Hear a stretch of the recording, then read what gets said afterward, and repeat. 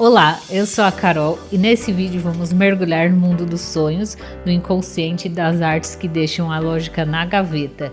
Vamos falar sobre o surrealismo.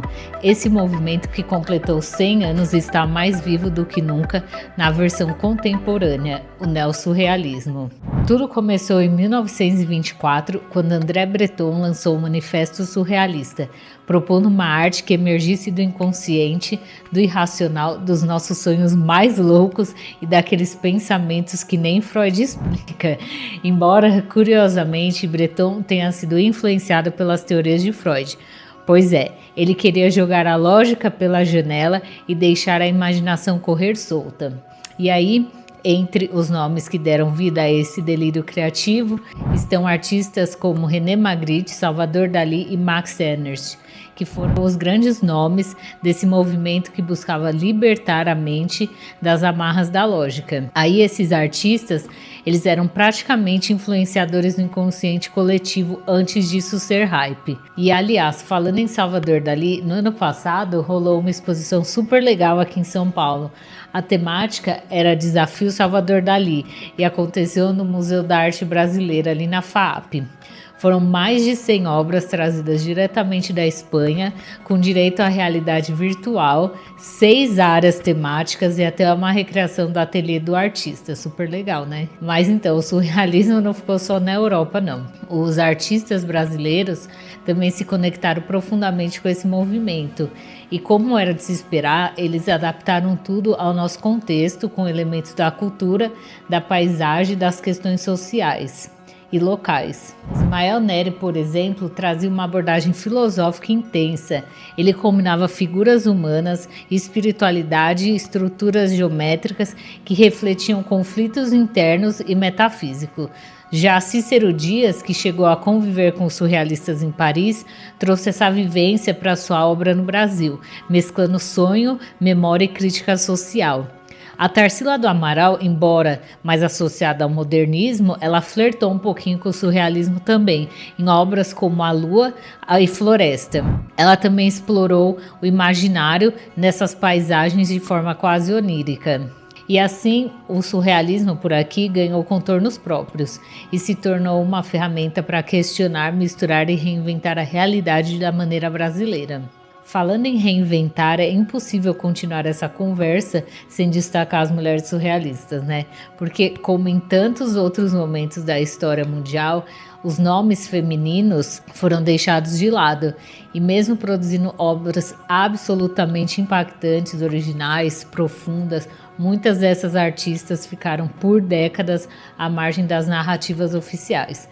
Mas então vamos dar visibilidade a quem sempre mereceu. Vou começar com a Leonora Carrington.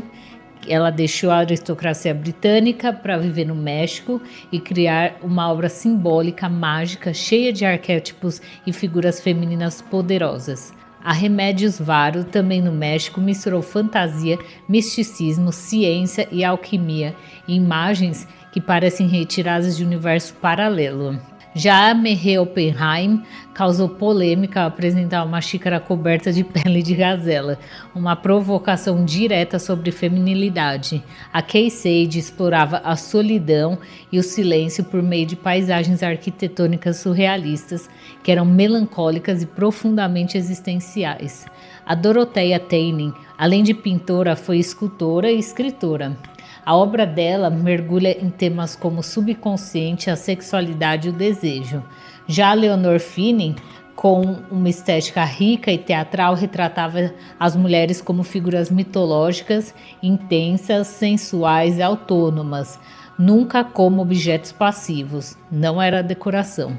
E essas mulheres desafiaram as convenções e romperam barreiras, criando um surrealismo que não apenas dialogava com o inconsciente, mas também com o feminino em toda a sua complexidade. Elas foram, sim, a alma não reconhecida no movimento, e agora finalmente começam a ocupar o lugar que lhe é de direito na história da arte. E aí, você acha que tudo isso ficou no passado? É aí que entra um plot twist. O surrealismo não acabou lá com os bigodes dali, não, nem pensar. Ele apenas se reinventou no século XXI e surge como neossurrealismo, uma continuação do movimento original, agora dialogando com as imagens e tecnologias contemporâneas. Artistas como Ming Ying Xiong, Michael Vincent Manalo, Yang Li estão criando obras que exploram o inconsciente de formas completamente novas. Aí eles usam pintura digital, instalações imersivas, coisas lindas que parecem saídas de um sonho lúcido. Começar com a Ying, que, por exemplo, trabalha com cores e texturas que evocam intimidade e emoção, de maneira quase física. Yang Li transforma seu estúdio em cenários oníricos e reais, sem manipulação digital. Ela é incrível, visita o Instagram dela. Acho que é uma das melhores que eu estou citando aqui nesse vídeo.